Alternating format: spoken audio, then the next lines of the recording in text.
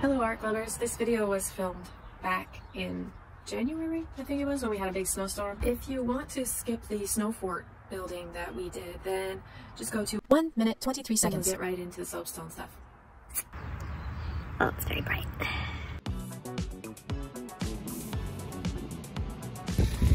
Go see Daddy. Yo, yo! Let me take you in on a little tour. Woo! Wow. She's small, but she's sturdy. Ceiling is made out of old plywood, so. Oh, I thought that was snow. Who's out there? Hello, I have built home. Come in. This is scary, Hunter. Oh my gosh, there is no way I'm going in there. Not a chance. Okay, just take a video of me going in. What? Can you get out the other side? No. Hunter! Hunter! You are nuts. I can barely hear you.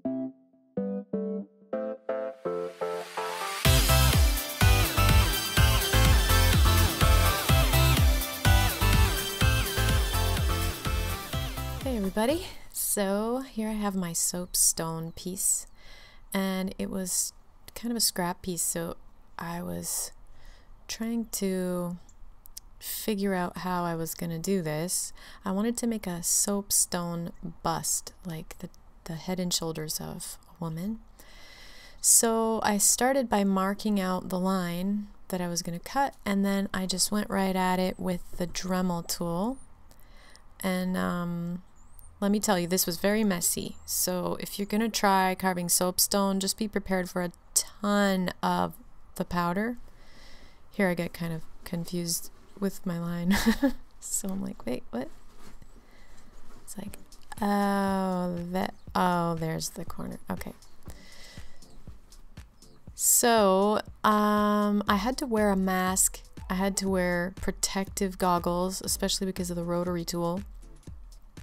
So just be aware of that. It's a really good idea.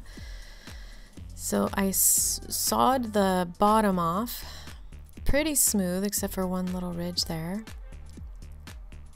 And then I smoothed that out a bit. So I had a triangle piece, and I imagined what the basic shape of my bust was gonna look like. And then I just started to cut off the unnecessary portions. So here I'm cutting the tip of this triangle off because her head is definitely not gonna be that pointy. And then I had a lot of work to do. I was like, oof, is this gonna work?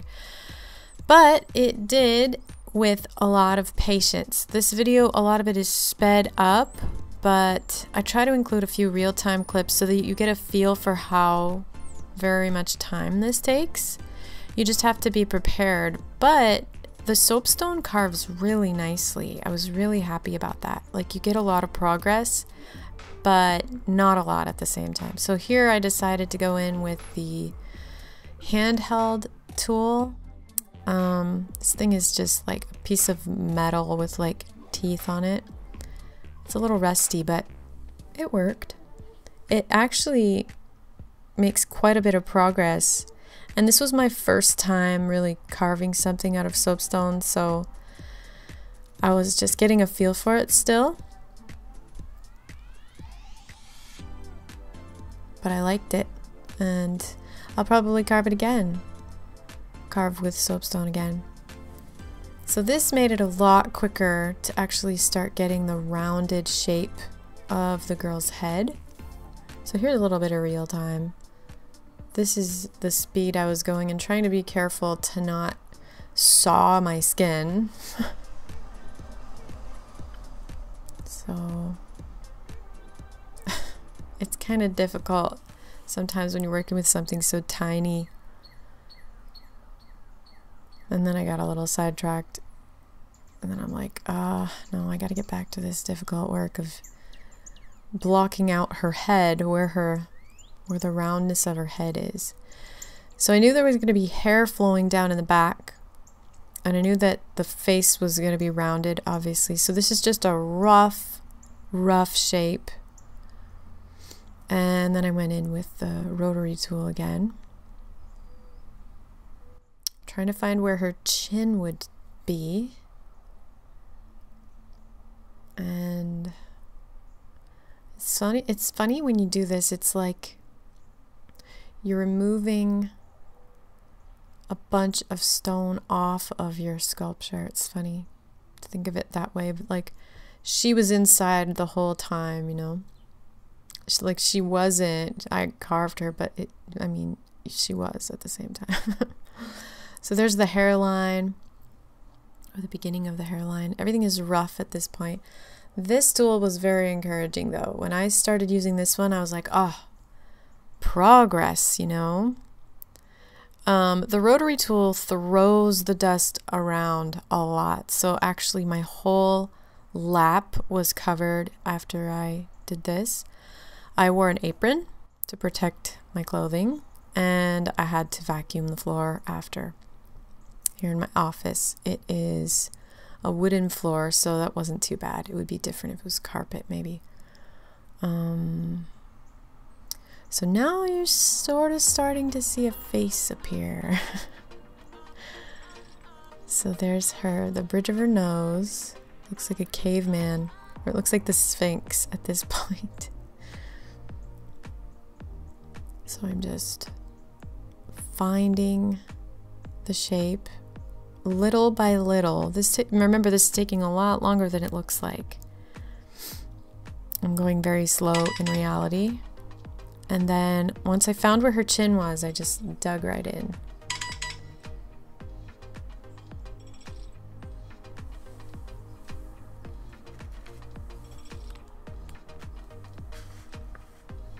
So I'm blocking out some of the waves in her hair. And I love this tool. For this portion of the job, the round sander worked really well. Now I'm just sort of making like a rectangular base for the bust, because when it's going to be sitting on a little pillar, which is my plan in my dollhouse, I wanted it to look like it was like professionally done, you know. So that's what the face is so far. Not too pretty, but we're still a work in progress. The thing that was most difficult is that as you sand with this soapstone, everything is covered in dust. So you can't always see what you've just done. What I would love is like a continuous little vacuum that just continuously vacuums up all the dust as I carve.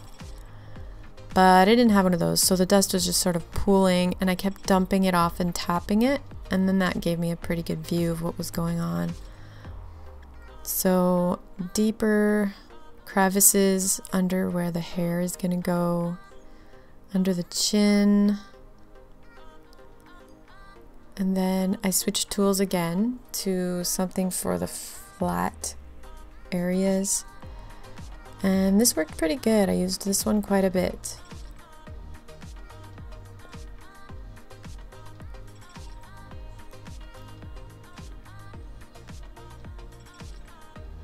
So now I'm starting to try to refine her face shape a little bit.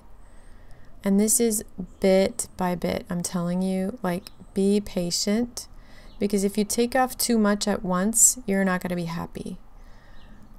And you can't put it back, right? So we go super duper slow. This is a real-time view. Just getting under those eyelids a little bit, working on the upper cheekbones.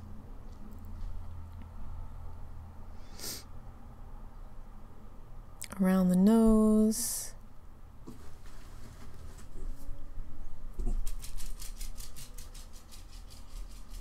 This little tool was pretty great too for more of like the details. There's her mouth line. Under her lip. Okay, and so this is like the next day. I decided to go in with a different type of a tool. This is like flat on the end and just basically like a cylinder. And it was surprisingly helpful for the details. This is a real-time view. See that little black speck beside her lips? Looks like a Marilyn Monroe beauty mark. There were these flecks of something. I don't know what mineral it would be, but it was harder than the soapstone. So whenever I would hit one of those, grinding it down, there's some on her neck and her shoulder there too. Grinding those down took a little bit longer than the soapstone. It was funny. Like the tool, see right there, I'm like kind of stuck on one. So I would like pay attention to that one spot a little bit more.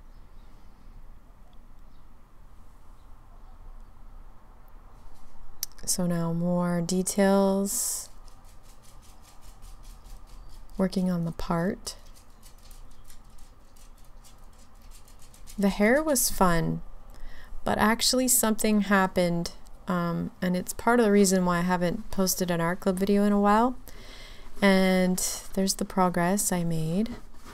And then I actually worked on her quite a bit more, but I lost all of that footage. I actually lost the last 2 years of videos that were stored on my computer. So then something crazy happened when I oiled up the sculpture, and it was just so surprising that this was the actual color of the soapstone. I had no idea, and there's like greens, and it's just really beautiful. Like it looks like she's been at the bottom of the ocean for many, many years. Yeah, I'm really happy with it. I mean, I probably could have worked a lot longer on it as well, but it was really fun. So go try carving some soapstone, and yeah, let me know how it goes. Anyway, have a great day, guys. Thank you for watching if you got this far. Don't forget to subscribe to the art club if you want to see more art videos, tutorials, things like this. And feel free to give me ideas if you have things that you would love to see me try. I'm really up for almost anything, especially the miniature stuff. I really love it. But yeah, have a great day. Bye.